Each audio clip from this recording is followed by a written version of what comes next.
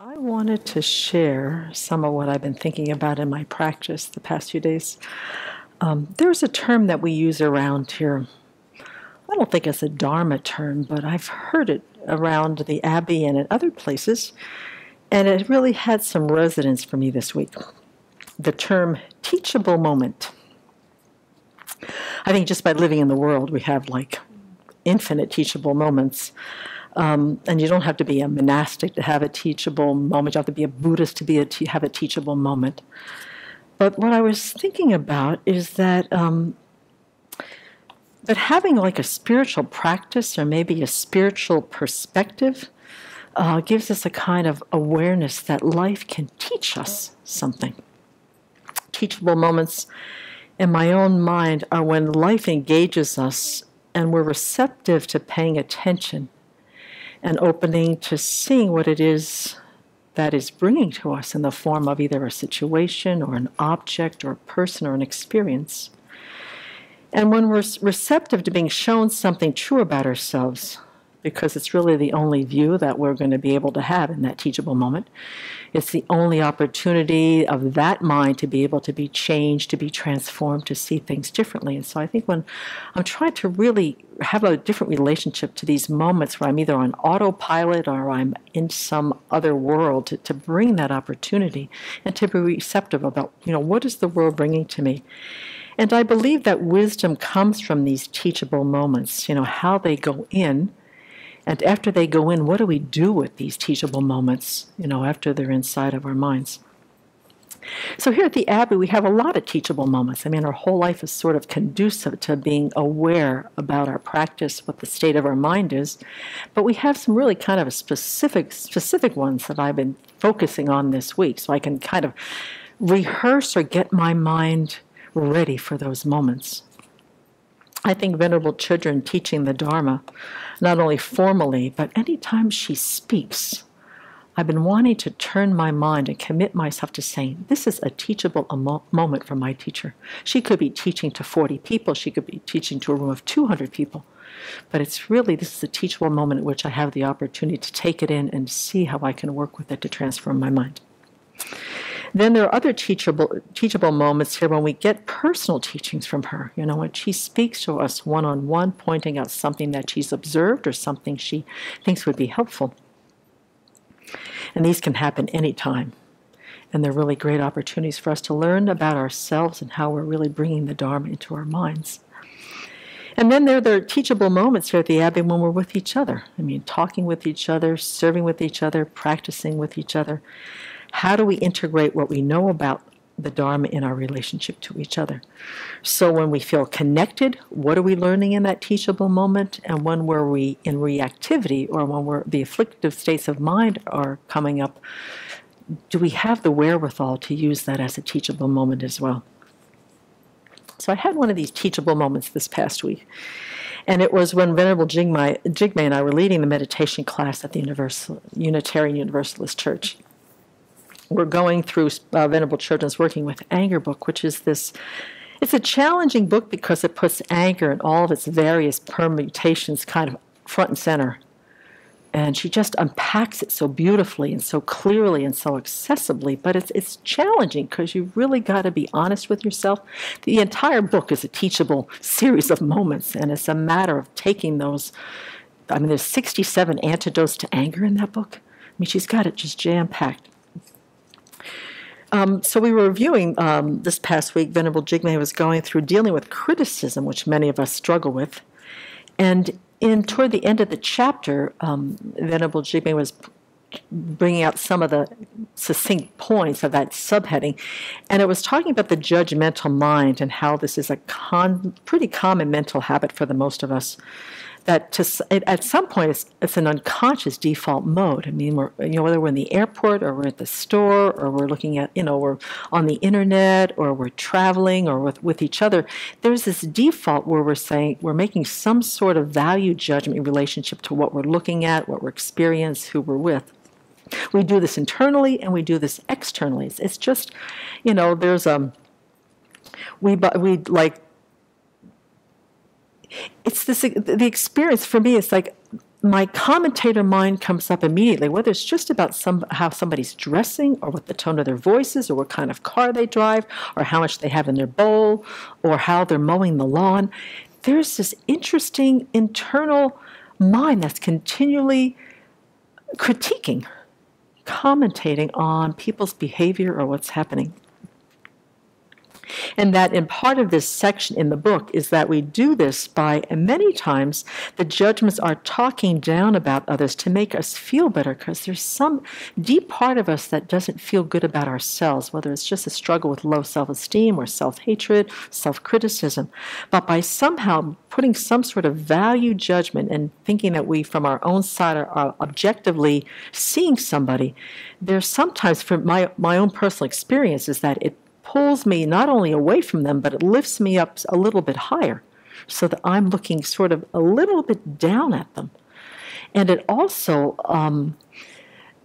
it gives me, and when I have this mind, I'm more conscious of it, and I'm feeling either some sort of self-criticism or I'm in a struggling place in my own mind, this very strong urgency to have some sort of solid, concrete, inherently existent I that'll somehow validate or compensate for this lack of self-confidence, this lack of security, this lack of knowing.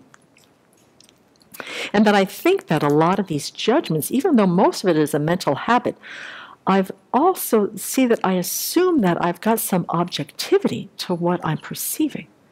And so part of this teachable moment that happened on Monday was to really see that there are these opportunities with myself and engaging with others where we can sort of bring a point up and really help each other. So that night, I had a very interesting conversation that became one of these teachable moments with one of our friends who comes to the class really faithfully and contributes quite wonderfully. The subject had turned to the news and what's happening. And I've just been starting to get into the news, and I did a tiny bit during retreat because I was checking some things for some BBCs. But he was... it was such an interesting experience. He was looking at me and he was rubbing his hands with this big smile, and he was with glee talking about one of these TV news show hosts, that was getting into a little bit of hot water because of the relationship with a lawyer right now that's in really a lot of hot water. And he was rubbing his hands. He said, gosh, I just love seeing that this yada yada person is getting what they deserve. It's about time. It's, I'm just so happy to see this. And it was very interesting because he was happy to see the man getting into trouble for the misbehavior, the misdeed, the lack of ethics, the greed, the dishonesty, the deception. He went on through a whole bunch of things that he was seeing. And that I looked at him and I said, I know that mind. And I said, my experience, because I could relate to him just a little bit, because sometimes when I follow the news and there's something that happens to somebody who I perceive to be a bad person, that's another thing about judgment, is that it doesn't separate the behavior from the sentient being who's doing the behavior. I said there's a little bit of righteous satisfaction that that person is getting what they deserve. And what I said to him, I said, I have come to realize what a poisoning, horrible mind that is, to rejoice in the suffering of somebody else's confusion, somebody else's misdeeds, somebody else's distorted perception of what they think the causes of happiness are, and instead going full tilt into creating the causes for suffering. So it was really wonderful because he looked at me and he said, I've never thought of it that way. I said, what does your mind feel like when after you're rubbing your hands with glee and you're really happy to see somebody suffering who you perceive to be a horrible person? What happens to your mind? It doesn't just stop right there. It goes into the car, it goes home, it goes to work, it goes to school, it goes in relationship to your family. It becomes a mental habit. And that somehow that we believe because we're ethical people that we have an entitlement to pass judgment on those that we perceive that are not ethical. And that then they become inherently flawed, inherently evil, inherently bad, inherently wrong, that we don't see these suffering sentient beings separate from their behavior. And then so we continue to talk about it, once again, trying to extend this, being aware that this is a teachable moment for me to address my own judgmental mind, my own sometimes this catching this mind that is happy seeing these bad people get what they deserve. And to see that there's a lot of influence on what we're getting from the media, that our whole media apparatus right now, a lot of the news is driven by the judgmental mind. And the more outrageous, the more despicable, the more pointed the judgment is, it seems to really cultivate a kind of ratings war going on. And that we talked about how rejoicing in others' misfortune is not a helpful mind to have. I mean, being happy about other people's troubled lives or celebrating their downfall creates the causes for us to experience some really specific suffering in the future. I hate criticism. I hate people thinking that people are talking behind my back.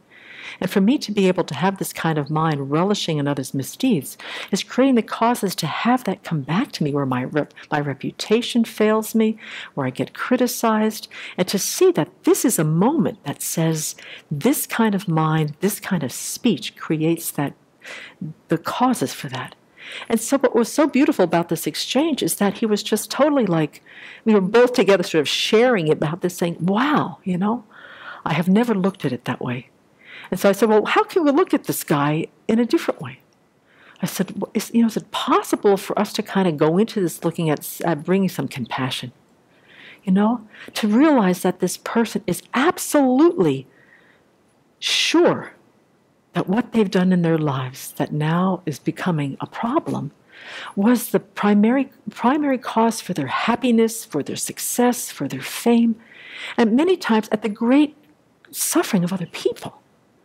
And that they have absolutely no tools to counteract this, no awareness to be able to challenge it. And to know that that's a person who should be bringing out of us some sort of compassion, some sort of wish to alleviate that suffering, some sort of kindness, some sort of tolerance, some sort of fortitude. Not to sort of condone the behavior.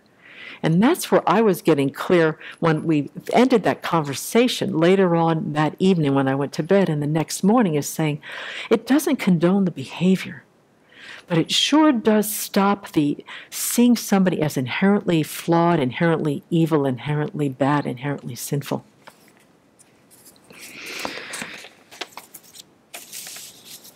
And that when we see and recognize this, because we know that when our minds are under the control of afflictions, wise and kind actions of body and speech are simply not accessible. They're not anywhere to be found, because afflictive states of mind are not the causes for actions that respond in kindness, actions that respond in generosity. When the mind is in full greed mode or anger mode or jealousy mode, there is no way virtue can follow. And so it became very clear to me that on a personal side, that this teachable moment was something for me to really worth to address and to cultivate in my own mind an awareness of when that starts to happen for myself. Because when you live intimately with people and you think you know them like the back of your hand, the judgmental mind, from my own experience, tends to come up just more frequently and more automatically. And then I want to end with the statement that His Holiness and Desmond Tutu, I keep bringing this also back into my practice regarding this judgmental mind and rejoicing in the suffering of others, is that when the Book of Joy comes to the chapter about anger, and that His Holiness and Desmond Tutu say that the fundamental nature of the human heart is goodness. And Desmond Tutu very directly says everything else is an aberration. That the human mind is fundamentally good.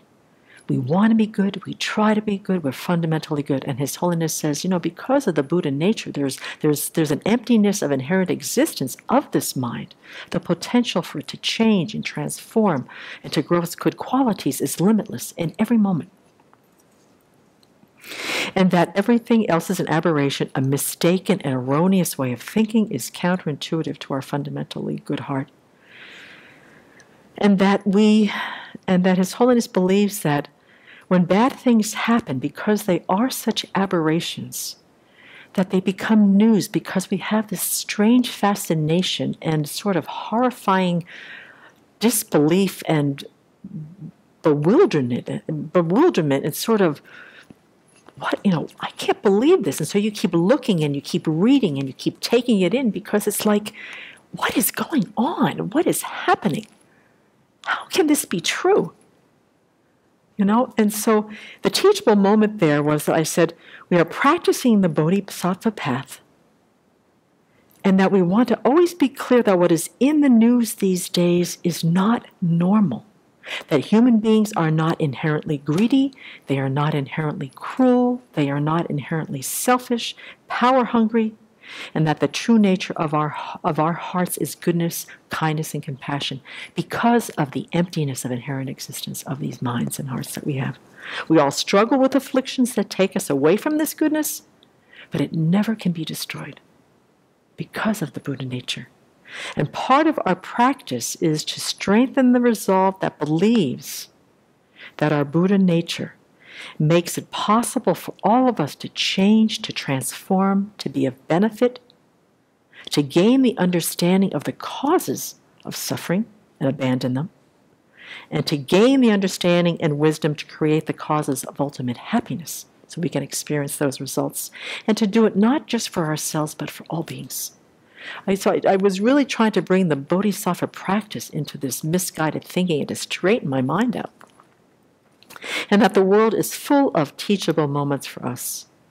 And with the Dharma as our guide, with each other as guides, with our teachers as our guide, that it'll all become this reality again, this normal experience of having human beings who are fundamentally good, that show their good hearts, and it's flowing through the world in rivers.